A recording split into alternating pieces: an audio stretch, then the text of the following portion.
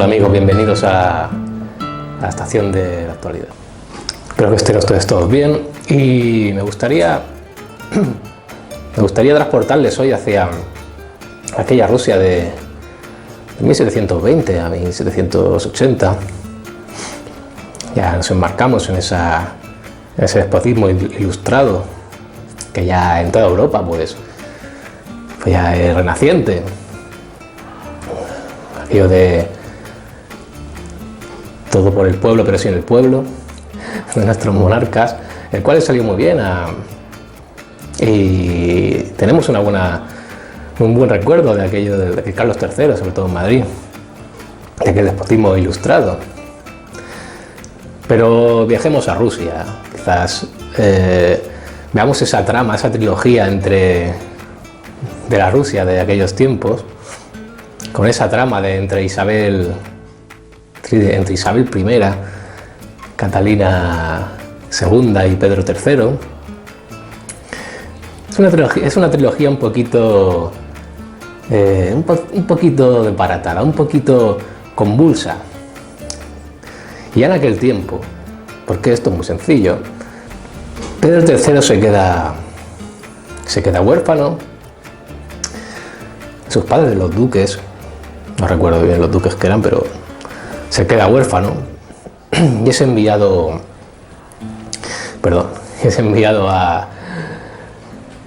con su tío, uno de los duques del reino de Suecia, y es criado por él, pero es criado de una forma un poquito adversa. Hay muchos dirigentes, hay muchos emperadores y muchos reyes en que han sufrido este tipo de adversidades durante la infancia y luego han tenido ciertos problemas que por supuesto las consecuencias las percibe el pueblo. Pero vemos por Pedro III en que era castigado de una forma muy severa por su tío, por este duque de Suecia, que luego llegará a reinar como rey de Suecia. Pero lo castigaban a lo mejor estando de rodillas, así con arena, con piedras en las rodillas, se les clavaba, sufría importantes heridas en las rodillas, un crío pequeño, y castigado por cualquier cosa y vulnerado, no le hacían caso, no recibía ningún tipo de afecto. El caso es que Isabel I, que gobernaba que su marido era zar de Rusia, pues su marido fallece y entonces se queda sin sucesión, sin nadie que pueda sucederle en la corona. Entonces llama a su sobrino, que era sobrino, Pedro III, lo llama de Suecia para que venga a Rusia y que esté allí con ella para prepararle para ser rey de Rusia. La gente quizá le tenga un poco de pena a Pedro III, yo no se la tengo, porque miren ustedes, era un alcohólico, se evadía aquella falta de cariño, no tuvo cierta educación solo de militar, poco de educación militar, pero él no quería aprender, no le interesaba nada, era muy infantil, mucho, una persona realmente no estaba preparada para el cargo. Y Isabel I le puso mucho empeño para que este sobrino suyo, heredero a la corona, pues pudiera gobernar con cierta garantía, pero es que era imposible. Era realmente infantil, era iluso, y alcohólico. ¿Qué sucede? Que, por supuesto, Isabel I pues ya le busca una mujer para que este señor pueda tener descendencia. pueda casarse y reinar con una esposa. La busca también con otro prusiano, porque Pedro III en principio nace en Prusia, y incluso el ruso le costó aprender, mantenía sus ciertas tradiciones todavía alemanas, prusianas, que entonces sería Prusia. Y por supuesto que busca a una chica, un ducado que era sobrina también del rey. Bueno, el caso es que Catalina II la manda a venir a esta señorita y la empareja con su hijo.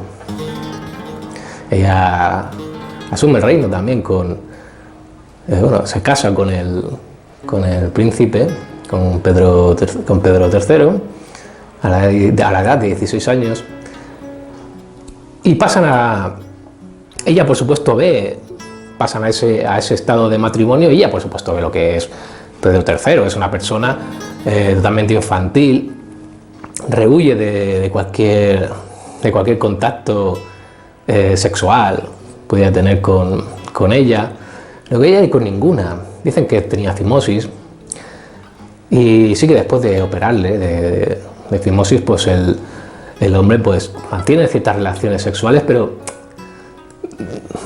escasas, y con una persona que era su amante, la cual tenía mucho aprecio. Fíjense que el Pablo II, creo que era el hijo que tienen ambos, hay rumores realmente certeros de que no fueran su hijo. Incluso la reina Isabel la zarina Isabel II introducía a estos amantes de Catalina II, porque, bueno, su sobrino pues tampoco, es que no quería tener más relaciones sexuales, ya no simplemente con Catalina, sino con su amante. Sí, tenía algo, pero tampoco eran. Y sus perversiones, sus juegos infantiles. Esta amante pues le seguía de cierta forma en los juegos.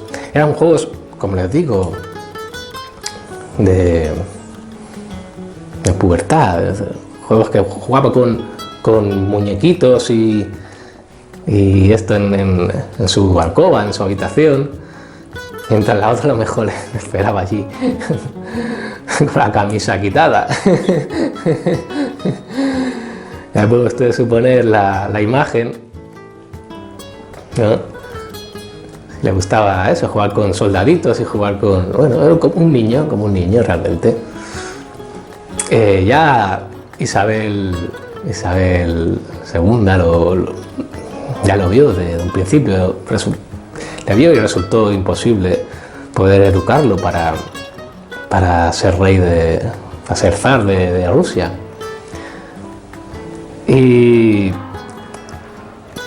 esto Catalina, ya alguna vez muerta la zarina, Catalina, por supuesto que tenía cierta relación con la burocracia rusa,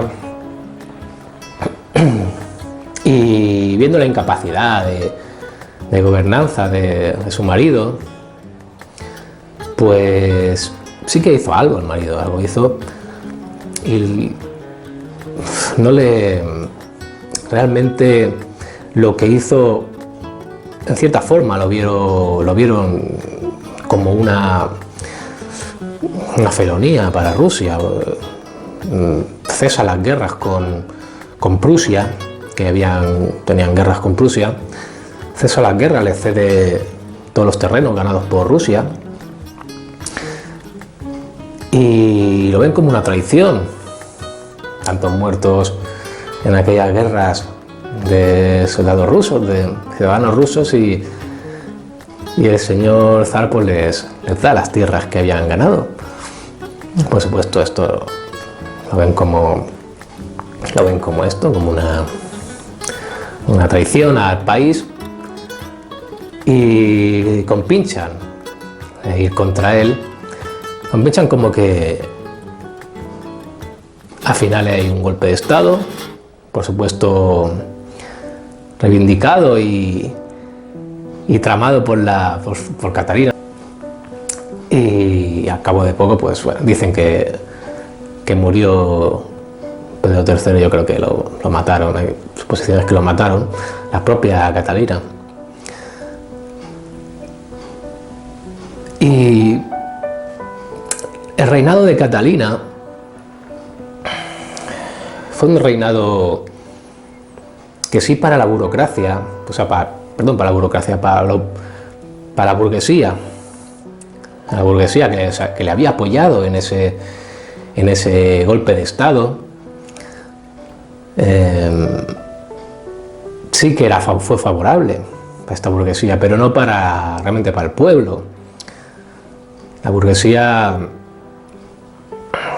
sí que resultó aumentar su riqueza y el pueblo pasó mucha hambre. Lo único bueno que tuvo Catalina fue que bueno, la cultura vino en mayor medida, mucho más que antes a Rusia. Aquella colección de cuadros que tiene es muy bonita y es asombrosa, de Catalina. Y no solamente eso, sino que ese despotismo ilustrado pues inunda también a los burgueses. La Ilustración llega con más fuerza a Rusia, pero el pueblo lo pasó bastante mal, la verdad, lo pasó bastante mal. Una época de hambre, de guerra. Y fíjense ustedes la casualidad de que Catalina está enterrada en San Petersburgo, en la catedral de Pedro y Pablo. ¿A qué les suena a ustedes estos nombres? Pedro y Pablo. Bueno, señores, vayamos a las noticias.